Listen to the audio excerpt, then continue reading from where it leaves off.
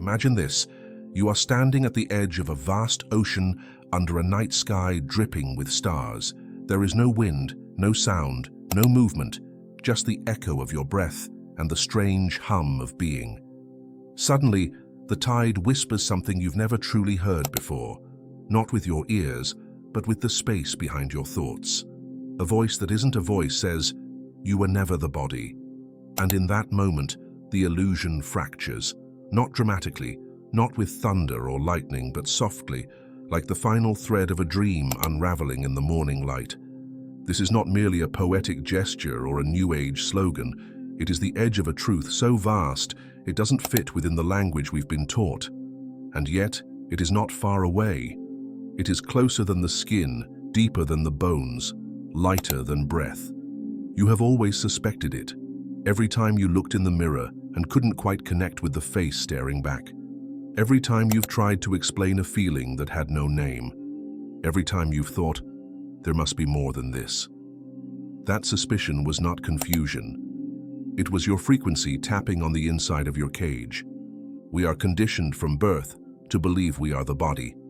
We memorize its rules. We decorate it. We fear its death. And yet, the deepest parts of us remain untouched by the body's limitations. Have you ever closed your eyes and felt infinite? Have you ever lost yourself in music or silence, only to realize you are the music, are the silence? Those were not accidents. Those were cracks in the illusion. You were never your body. You were the field vibrating through it. This single realization, this shift, is not small. It is the axis on which reality turns, not metaphorically, but fundamentally. Because when you begin to see yourself not as matter, but as energy, an intelligent, self-aware vibration, your sense of identity detaches from the transient and anchors into the eternal. You stop fearing decay because you realize light cannot rot, sound cannot bleed, frequency cannot age. Think of it this way: the body is the radio, the self is the signal. A radio may crackle, rust, break, but the signal never dies. It simply moves on, tuning through new forms, finding new instruments to play its music. This is not reincarnation, it is not theology, it is physics of the soul. And yet we spend our lives scrubbing the shell, addicted to the outer layer, screaming to be heard through a voice box that was only ever meant to whisper the soul's deeper tone. We train the face to smile, the hands to obey, the spine to submit, while the real you hums beneath it all, patiently waiting to be remembered. We often confuse awareness with thinking, but true awareness happens before thought. It's the stillness behind the thought, the witness who never sleeps. That witness is not made of skin. It is a pattern of being, a waveform of intention, a sacred geometry encoded into the ether. To recognize this is not merely spiritual, it is transformative.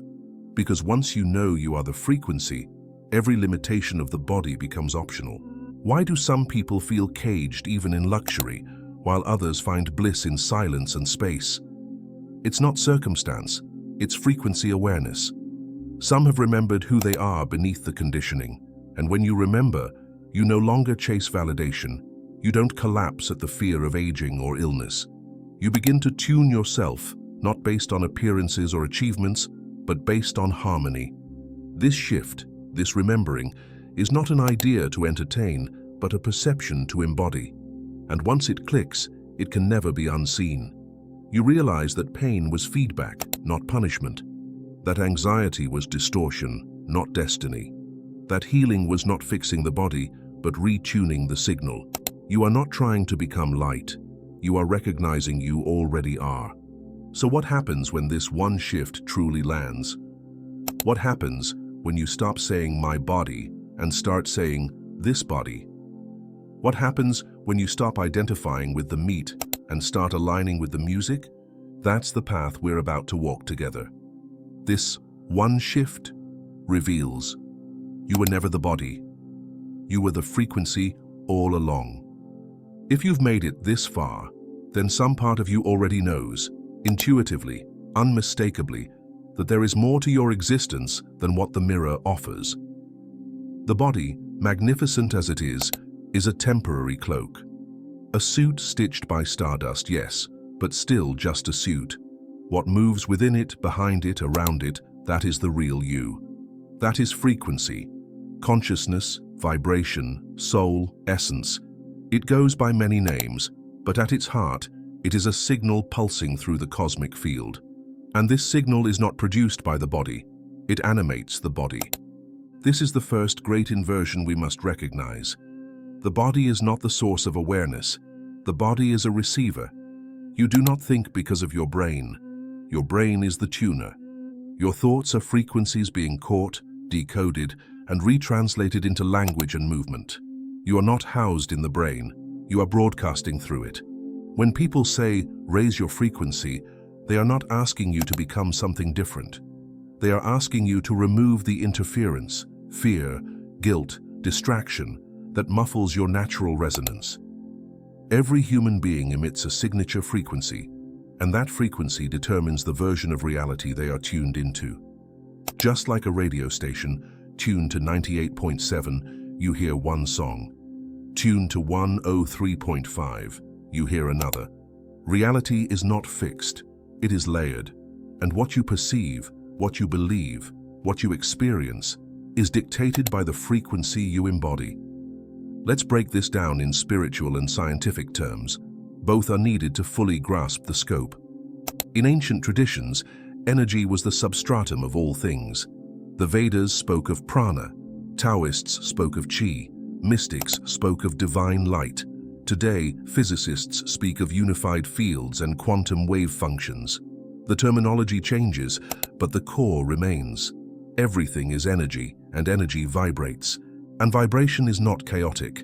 It follows patterns, sacred geometry, harmonic ratios, Fibonacci spirals. There is deep order beneath the surface chaos, which means if you are frequency, then you too have a pattern. You are not just random thoughts and impulses.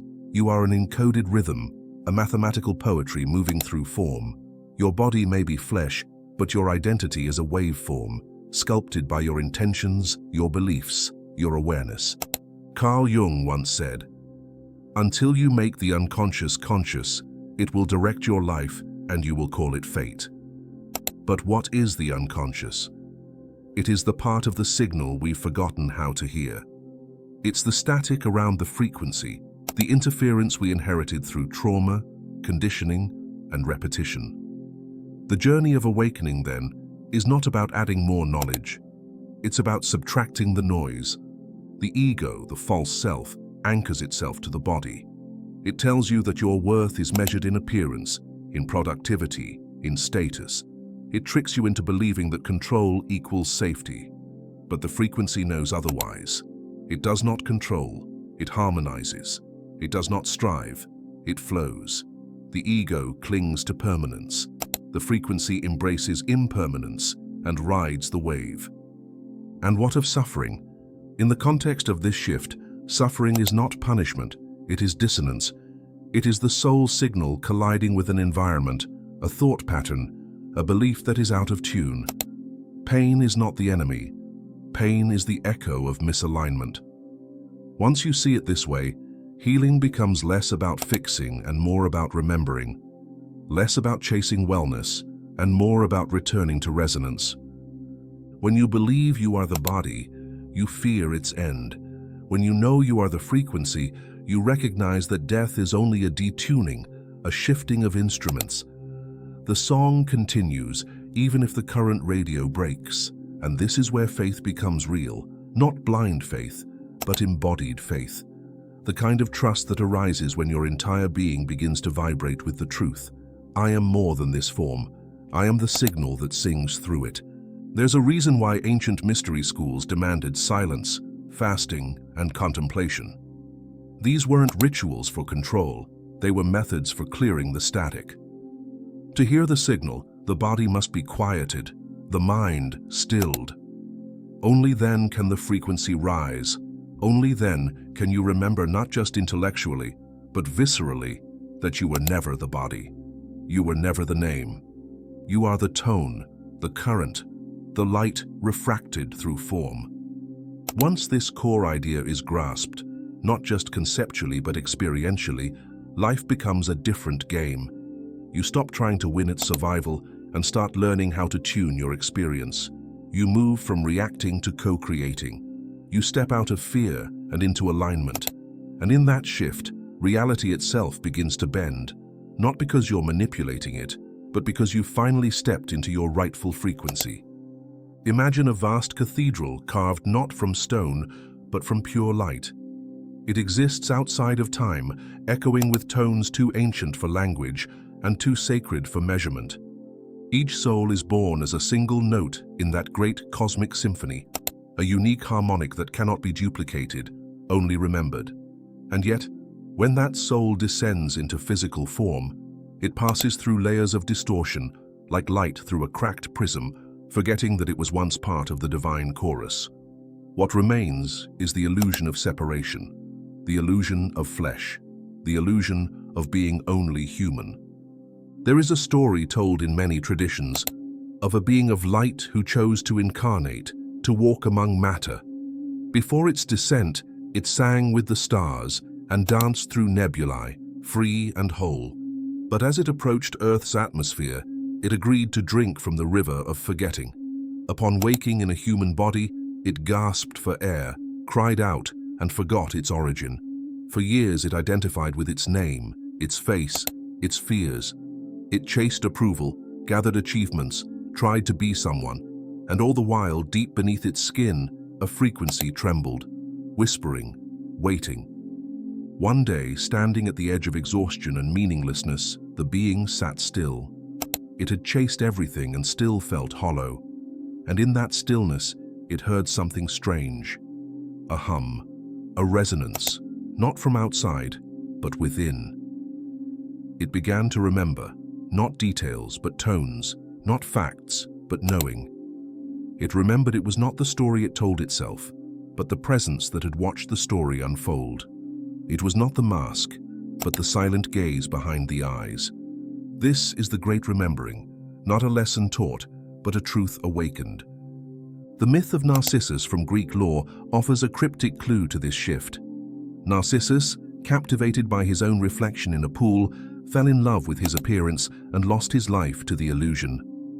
But what if the deeper meaning is not about vanity, but identification? When you fall in love with the reflection, your body, your ego, you forget the still water beneath. You confuse surface with substance, and you lose yourself in a version of you that is only ever skin deep. The tragedy is not that Narcissus loved himself, it is that he mistook the image for the origin. In ancient Egyptian teachings, the soul was composed of multiple parts, the ka, the ba, and the ak, among others. These were not abstract ideas, but layers of energetic identity. The ka was the life force, the ba the personality, and the ak the transcendent spirit. To confuse the physical form with the ak was seen as spiritual blindness. The great initiates knew the body as vessel, but never as self. Their temples were tuning chambers. Their rituals were recalibrations, methods to reattune the soul's vibration to divine harmony. Similarly, the Tibetan Book of the Dead speaks of the bardo states, intermediate dimensions of consciousness navigated after death. But these are not just maps of the afterlife. They are metaphors for the journey inward. The bardo is not only after the body, it is now, between every breath, between every identity you try on. Every moment you forget your frequency, you enter a bardo of unconsciousness, and every moment you remember, you return. In dreams, too, the truth leaks through. Have you ever dreamt that you were someone else entirely? A stranger's face, a different life, and yet you felt undeniably you. That continuity, that awareness across forms, is the signature of the frequency. It is not anchored in flesh, it persists, it migrates, it transcends. Even language hints at the deeper truth. We speak of being in tune with someone, or say a situation resonates with us. We describe bad vibes and good energy. These aren't just metaphors, they are primitive recognitions of a deeper vibrational truth. You don't connect with people through logic, you connect through frequency. You don't fall in love with someone's resume. You fall in love with their signal, their hum, their invisible song. And then there is the silence. The moments between thoughts, between breaths, between actions. That silence is not empty. It is the space where the signal is clearest.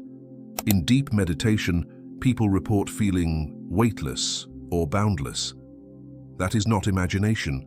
It is frequency becoming unfiltered. The body falls away, and what remains is presence, limitless, centerless, and eternal. Even death, the great fear of the body-bound self, is but a doorway of shifting tones. When a musician breaks their instrument, the music does not die. It simply waits to play through a new one. You were never the violin, you were the melody, and this life, with all its chaos and glory, is only one verse of a far grander song. So what happens when you truly make this shift, from body to frequency, from flesh to vibration? You stop measuring your worth in mirrors. You stop negotiating your truth for the comfort of conformity. You begin to listen differently, speak differently, move differently. You become less reactive and more reverent. Because now, you are not trying to prove you exist. You are learning how to express that existence in ever purer tones. And slowly, everything changes. The pain becomes a teacher, not a curse. The silence becomes a sanctuary. And the world, once flat and cruel, becomes a symphony of energies, each inviting you to tune, to sing, to remember. What happens when this shift from body to frequency is no longer just a poetic idea, but a living awareness? When it's not something you merely understand, but something you become, in the way you breathe, speak, listen, walk, and relate to the world. At first, nothing outside you changes. The streets remain crowded, deadlines still loom, your phone still buzzes with reminders of things to do. But subtly, the texture of reality softens. You move through it differently, not as a figure in conflict with the world, but as a tone harmonizing with it. You begin to see through the noise, as if your inner radio has finally tuned out static and found the signal beneath the illusion. Every interaction now feels like an energetic exchange. A conversation isn't just words, it's frequency transfer. You start to notice how some people leave you buzzing with light, while others leave you heavy, scattered, or drained. Not because they're bad or wrong, but because their signal is not in tune with yours. You begin to honor this without judgment. You no longer force alignment. Instead, you learn to listen for resonance. In your own behavior, you become sensitive to dissonance. When you speak from ego, fear, or pretense, you feel the static rise. Your body tightens, your breath shortens, your voice constricts. And when you return to truth, your energy expands again. It's no longer about right or wrong, it's about harmony or distortion. This sensitivity to frequency becomes your compass. When you're about to say yes to something that betrays your essence, your inner hum falters. When you align with your real desire, even if it's inconvenient or misunderstood, you vibrate clearer. You feel that ancient certainty return, like an instrument finally playing its true note. In relationships, you no longer chase closeness for validation. You seek attunement, you seek depth. You find yourself more alone, perhaps, but less lonely. The solitude doesn't sting, it sings. Because now, in the silence of your own presence, you remember. You feel yourself again, not as a name or a role, but as a current of intelligence moving through flesh and bone. Even your concept of healing begins to transform. You stop asking, "What's wrong with me?" and begin asking, "Where is the interference in my signal?" You stop fighting symptoms and start listening to them, each one a messenger of misalignment. Anxiety, depression, fatigue, anger, these are not flaws. They are static, requesting realignment. And healing becomes not a process of fixing the body, but of recalibrating the energy field that animates it. You may also notice your environment respond.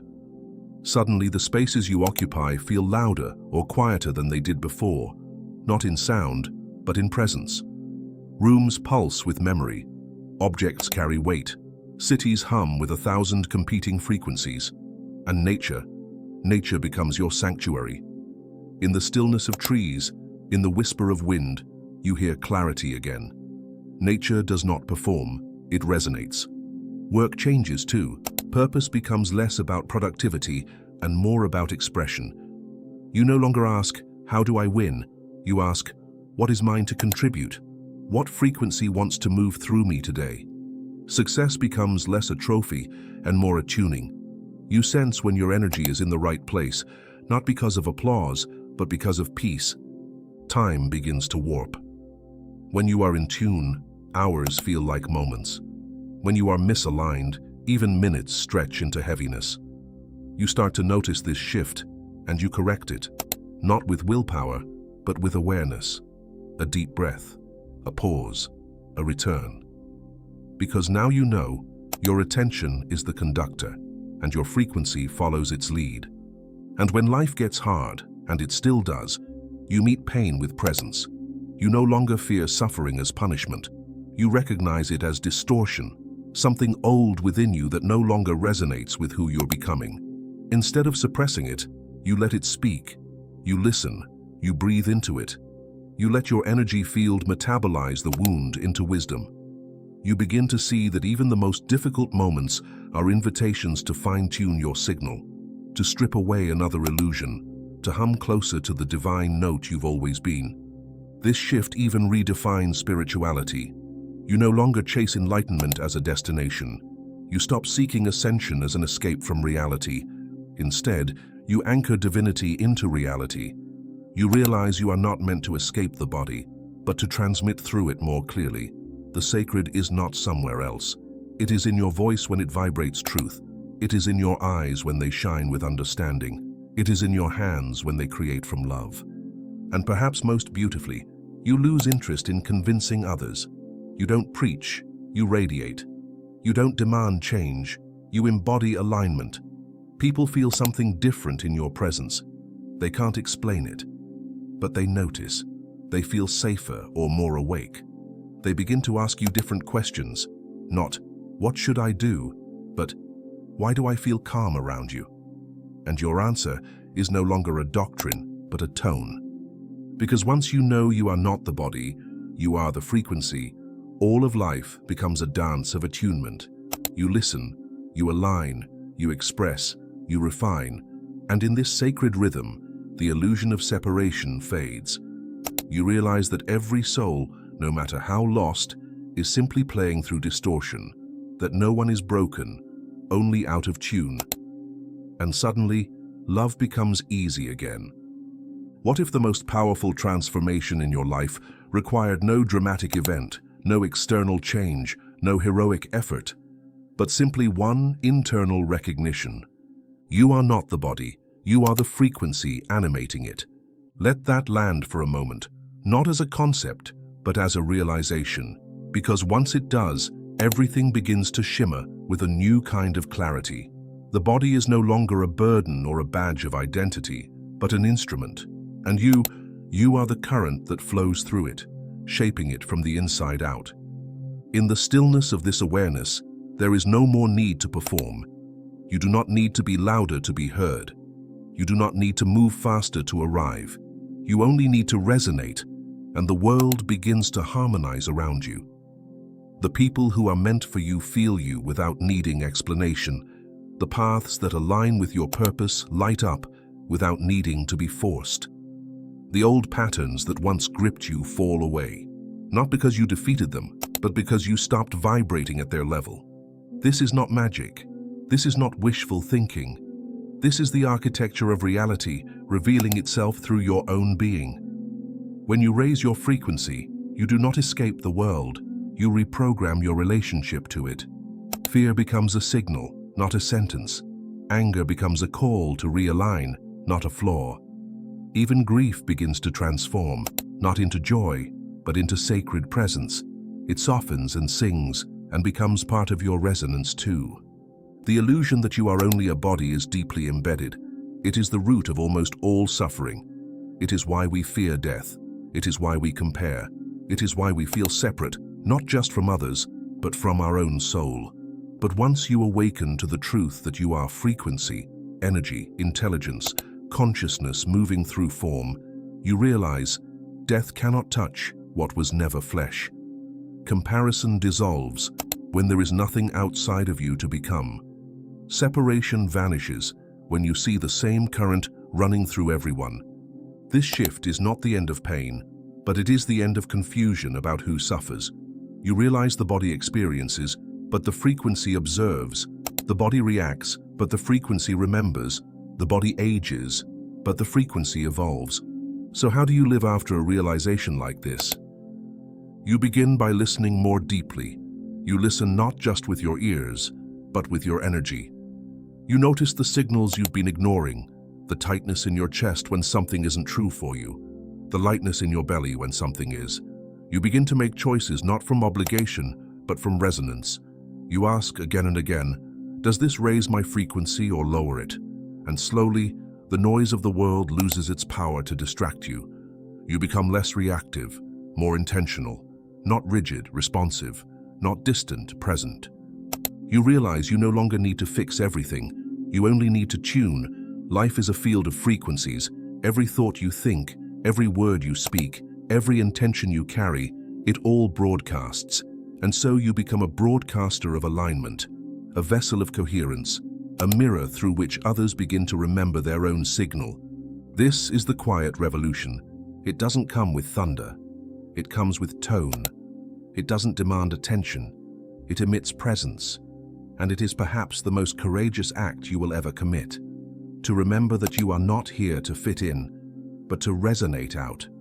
Not here to control reality, but to attune your frequency so completely that reality shifts in response. And when others ask what changed, why you walk with calm in chaos, why your words carry weight, why your silence feels like understanding, you won't need to explain. You'll simply be. Because this one shift, that you were never the body, you were the frequency all along, is not something you learn and forget. It is a return, a remembering, a homecoming to the truth that's been echoing within you since the beginning. You are not here to escape the world. You are here to harmonize it. You are not here to be seen in your body. You are here to transmit your light. You are not here to become something else. You are here to vibrate as what you already are. So breathe deeply, speak truthfully, move with intention, and every time you forget who you are, simply return to this one truth. You are the frequency. You always have been. You always will be.